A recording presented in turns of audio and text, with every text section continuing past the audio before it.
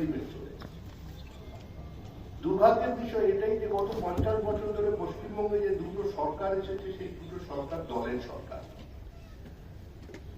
পশ্চিমবঙ্গে বর্তমান যে পরিবর্তন হয়েছে 2026 সালে, সেই পরিবর্তন শুধুমাত্র ভারতীয় জনতা পার্টিতে দিয়ে হয়। সেই পরিবর্তনের কৃতিত্ব শুধুমাত্র আমাদের নয়, আমাদের সমর্থকদের নয়, আপামর পশ্চিমবঙ্গবাসী একটা সম্পূর্ণ বাধ্যতার সংস্কৃতি থেকে মুক্তি চেয়ে, একটা রাজনৈতিক সংস্কৃতির থেকে মুক্তি চেয়ে তারা ভোট দিয়ে তৃণমূলকে বিসর্জন দিয়েছে। কালের গতিতে তৃণমূল কংগ্রেসে চলে যাবার ছিল। রাষ্ট্রবিজ্ঞানের নিয়ম মেনে, সমাজ বিজ্ঞানের নিয়ম মেনে তৃণমূল কংগ্রেস চলে গেছে। আবার জনতা এক্সপেরিমেন্ট ফেল করে যাবার পরে এই শ্রীমতী গান্ধী সম্পর্কেই দেওয়াল লেখা হয়েছিল, ওয়ান হু ক্যান গভর্ন वो उसी को जो 5 साल सत्ता में रह सके। এমন একটা রাজনৈতিক দলকে ভোট দাও যারা 5 বছরের জন্য ক্ষমতায় টিকে থাকতে পারে। শ্রীমতী গান্ধী ক্ষমতায় ফিরেছে। আমরা অতীতে শুনেছি বামফ্রন্টের বিকল্প উন্নততর বামফ্রন্ট, দিদি থেকে দিদিমা হয়ে যাবে, কিন্তু পশ্চিমবঙ্গের ক্ষমতার পথ পরিবর্তন হবে না। আগামী 100 বছরে পশ্চিমবঙ্গ থেকে কেউ বামফ্রন্টকে সরিয়ে দিতে পারবে না, কিন্তু বামফ্রন্ট চলে গেছে।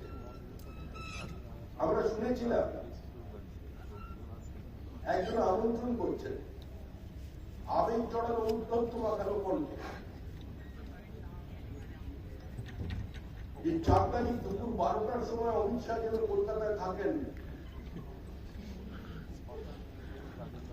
আমরা রবীন্দ্রসঙ্গীত শোনাবো, গীতের সঙ্গে রবীন্দ্রসঙ্গীত। রবীন্দ্রনাথ উপর থেকে চমকে চমকে উঠে চ্যালেঞ্জ করে গীতাঞ্জলি লেখা হলো, গীত বিধানকে চ্যালেঞ্জ করে কবিতা বিধান চলে এলো। শেষ পর্যন্ত গীতের সঙ্গে আমার শুনতে বা গান কিরকম শুনতে লাগবে। এই মধ্যে মানুষ ক্ষমা করেনি, মানুষ এদের বিসর্জন দিয়েছে।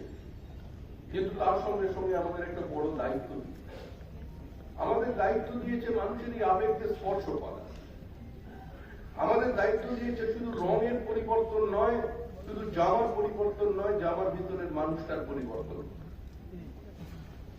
আমরা পশ্চিমবঙ্গ রাজ্য সরকার তৈরি করতে চাইছি, বিজেপি সরকার নয়। দল সরকারের সঙ্গে সহযোগিতা করবে, মেডিকেল সেল যদি থাকে তারা সরকারের সঙ্গে সহযোগিতা করবে, কিন্তু সরকারকে নিয়ন্ত্রণ করবে না। সরকারের দৈনন্দিন পদক্ষেপে, সরকারের দৈনন্দিন কাজকর্মের মধ্যে হস্তক্ষেপ করবে।